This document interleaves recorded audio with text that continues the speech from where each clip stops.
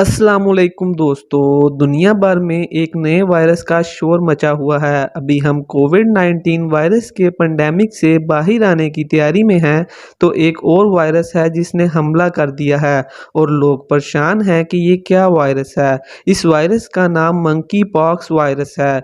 ये कोई नया वायरस नहीं है बल्कि ये 1958 में दरियाफ्त हुआ था और 1970 के करीब अफ्रीकन कंट्रीज से इस वायरस के केस आते रहे हैं, लेकिन ये दुनिया भर में कभी फैला नहीं।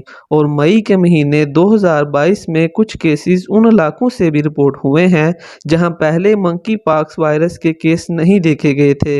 इससे पहले भी मंकी पॉक्स के केसेस इक्का दुक्का दूसरे ममालिक में आते थे, लेकिन उनकी या ट्रैवल हिस्ट्री होती थी या कॉन्टैक्ट हिस्ट्री होती थी किसी ऐसे पेशेंट से जिसे मंकी पॉक्स हुआ हो। अब जो केसेस आए हैं उनकी ना कोई ट्रैवल हिस्ट्री है और ना कोई एपिडेमियोलॉजिकल लिंक है अफ्रीका से, इसलिए ये बात तफ्शीशनाक है। मंकी पॉक्स वायरस एक ऐसा वायरस है जो पॉक्स फैमिली ऑफ वायरसेस से ताल्लुक़ रखता है। पॉक्स वायरसेस एक से दूसरे शख्स को लगने की सलाहियत रखते हैं, सांस लेते हुए मुंह से निकलने वाले ज़रात के ज़रिए या कॉन्टैक्ट के ज़रिए, क्योंकि इससे जिस्म पर छाले बनते हैं जो कि इन्फेक्टेड होते हैं।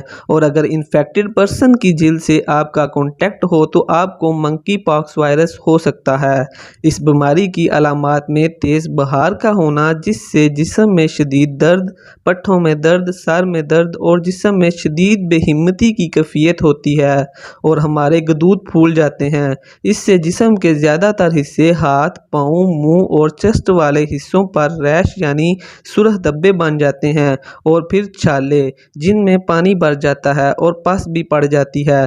तो ये स्टेज जिसमें पानी वाले छाले बनते हैं ये इन्फेक्टेड स्टेज होती है। और अगर किसी शख्स का जिस्म इन छालों से लगे या इनमें मौजूद पानी से कॉन्टैक्ट हो तो उस शख्स को भी मंकी पॉक्स वायरस हो सकता है। फिलहाल मंकी पॉक्स वायरस की कोई भी वैक्सीन मौजूद नहीं। अगरचे वैक्सीन दुनिया में प्रूव हो चुकी है, लेकिन इसकी अवेलेबिलिटी बहुत कम है। स्मॉल पॉक्स यानी कि चेचक की वैक्सीन भी 85% इस वायरस के लिए कारआमद है, लेकिन इसकी वैक्सीन भी दुनिया में बहुत ही लिमिटेड क्वांटिटी में मौजूद है।